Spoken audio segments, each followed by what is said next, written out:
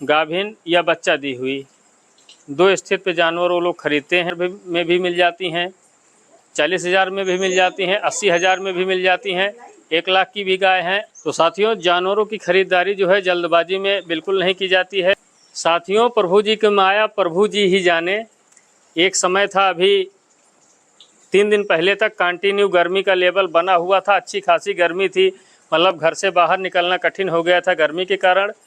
और इस समय कंटिन्यू 2-3 दिनों से लगातार बारिश हो रही है। साथियों, आप लोगों के यहाँ भी होती होगी, हम आशा करते हैं।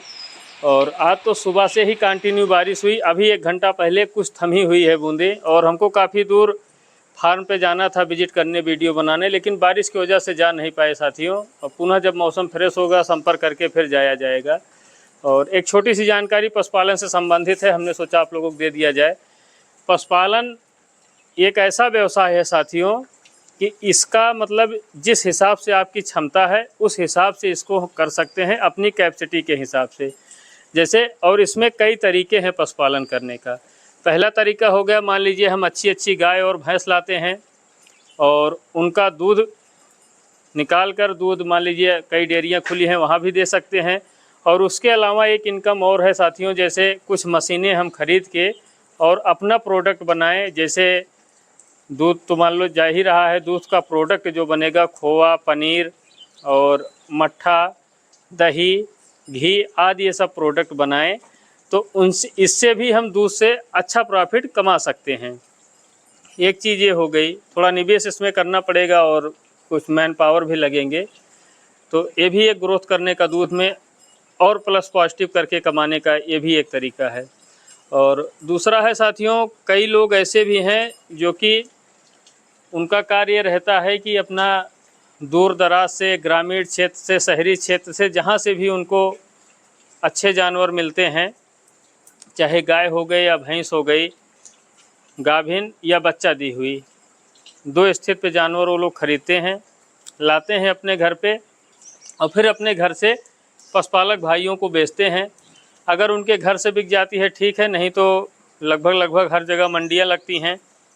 जैसे हमारे यहाँ जुबेरगंज पशु मंडी लगती है, छपिया पशु मंडी लगती है, दिलदार नगर पशु मंडी, हर जगह अलग अलग स्थानों पे लगती है। तो वहाँ पर भी लोग पशुपालकों को ले जाके सेल कर देते हैं और उससे भी पैसा जो है कमा लेते हैं। मतलब जानवर रखेंगे, जब तक नहीं रहेगी, अगर दूध दे रही तो उसका दूध भी बेचेंगे और प्लस खिलाए पिलाएंगे और अपना एक जो होगा उनका सिस्टम मार्जिन निकाल के अपना जो लगाए रहेंगे लागत, और लाने के बाद जो 1-2 दिन खिलाए रहेंगे वो सब अपना जोड़ गांठ के और जो जिस हिसाब से अपना सेट कर ले जाए उस हिसाब से लोग जानवर को, पशुपालकों को बेच देते हैं।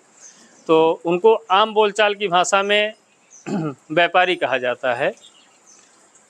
और वह प्लेटफार्म होता है जहाँ पे हमको गाभिन या बच्चा दी हुई दोनों स्थित के जानवर मिल जाते हैं आसानी से।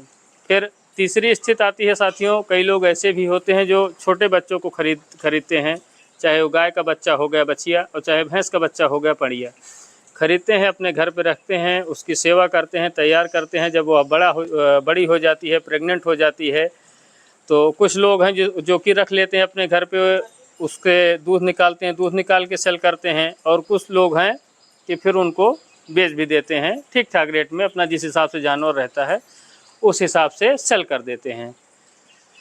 तो ये 2-3 माध्यम हैं पशुओं का व्यापार करना, मतलब कि अच्छे पशुओं का चयन करना, उनको तैयार करना, बेचना, यह एक हो गया।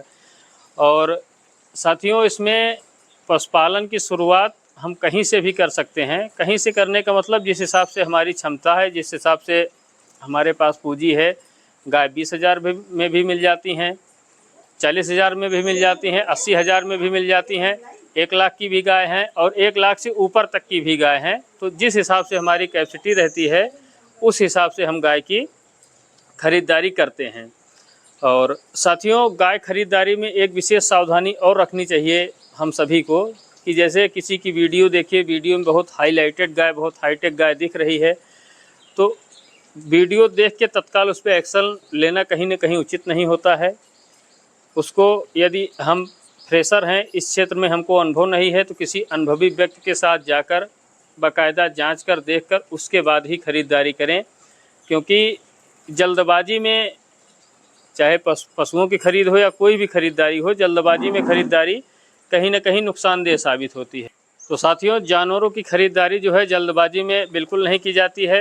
बिल्कुल आराम से समझ बूझकर उसके बाद ही खरीदारी करें, और विश्वसनीय प्लेटफार्म मिल जाए तो ज़्यादा अच्छा रहता है। जैसे कि किसान के यहाँ गाय मिल जाए या भैंस मिल जाए, या व्यापारी भी, बहुत सारे ऐसे व्यापारी हैं जो कि काफ़ी विश्वसनीय हैं। हम लोग भी कुछ लोगों से जुड़े हुए हैं कि जहाँ से हमको मतलब कि ये कॉन्फिडेंस रहता, भाई कहीं ना कहीं कच्चा सौदा तो है ही, 100% किसी चीज़ में गारंटी नहीं होती, लेकिन कहीं ना कहीं यह विश्वास ज़रूर होता है कि यहाँ से हम जो जानवर लेंगे वह हमको ठीक मिलेगा। कुछ प्लेटफार्म ऐसे भी हैं, कुछ व्यापारी काफ़ी विश्वसनीय हैं। तो ये सब चीज़ें थी साथियों, और यही सब एक छोटी सी वीडियो थी, क्योंकि आज बारिश की वजह से कहीं बाहर जाना नहीं हो पाया, इसलिए घर से ही वीडियो मान लीजिए बनाया जा रहा है। पशुपालन ऐसा व्यवसाय है कि इसकी शुरुआत हम अपनी क्षमता के हिसाब से, अपनी मैन पावर के हिसाब से, अगर हम अकेले करने वाले हैं तो 3-4 जानवर पर्याप्त हैं, 4 जानवर रहेंगे, और निर्भर वह करेगा कि जिस हिसाब से हम पूंजी लगाएंगे उस हिसाब से हमको जानवर मिलेंगे, और उस हिसाब से हम उनसे दूध का उत्पादन करेंगे।